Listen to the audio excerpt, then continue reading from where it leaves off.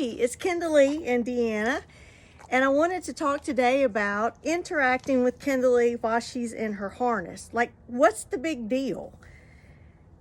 I remember way back to when I was at Guiding Eyes for the Blind, and I was training with her, and one of the guide dog trainers said to the class, and I'm paraphrasing, but it was something like, your dogs don't really care so much about what the rules are, but they do care that the rules don't change. And so that just really struck home to me. Like, it made a whole lot of sense. And I think it brings home the thing that working with any dog, whether it's a guide dog or your own pet dog, consistency with them is so important, not changing the rules on them. So I started out, and she was very young, of course, when we were matched, just barely 2 years old. So harness on for her means work mode. Harness off means she's just a little, goofy lab. I mean, labs are very active and they love people.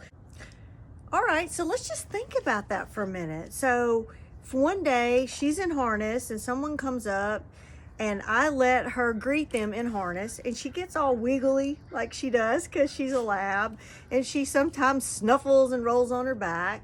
And I let her do that one day, but then the next day, maybe we're in the bank or a doctor's office, and someone approaches her, she's in harness, and she starts that same behavior. And then I correct her. Like, I correct her and say, no ma'am. Well, that's confusing to her. Can you see how that could build a little stress and be very confusing if one day she's in harness and she interacts with the person and she doesn't get any kind of correction for that, but the next day suddenly it's wrong. So that just made sense to me. You just need to be consistent. Like, so for us, if her harness is on, that just means she's in her work mode. So we're going to just focus on mom and not, not interact with the public in that way.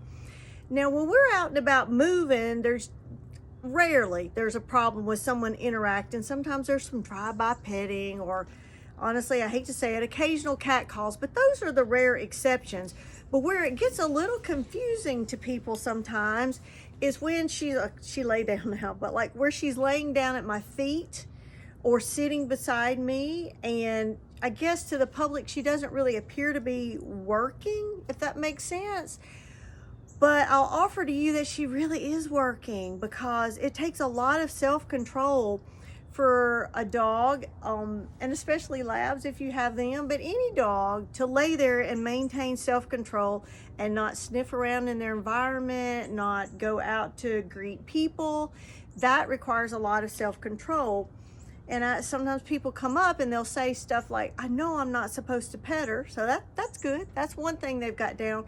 But then they'll proceed to like bend forward and do like the higher pitched baby talk. Oh, she's so beautiful. Oh my goodness, look how cute she is.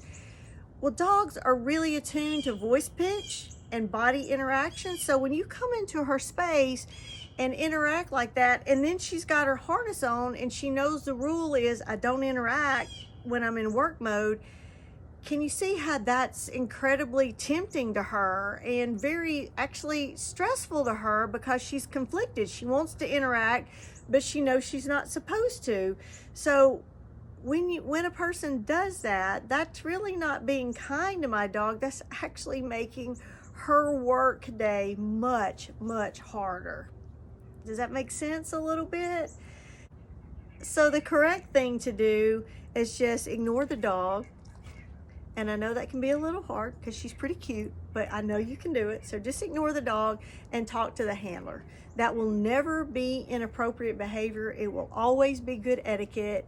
And Kimberly and I both really appreciate your help with this. So if you like hearing this type of content, would you please give me a like below? And I love comments. So if you're a guide dog handler or puppy raiser and want to share a thought, please leave a comment. And you can hit the subscribe button also if you'd like to hear more videos about our guide dog life together. And we look forward to sharing with you again soon.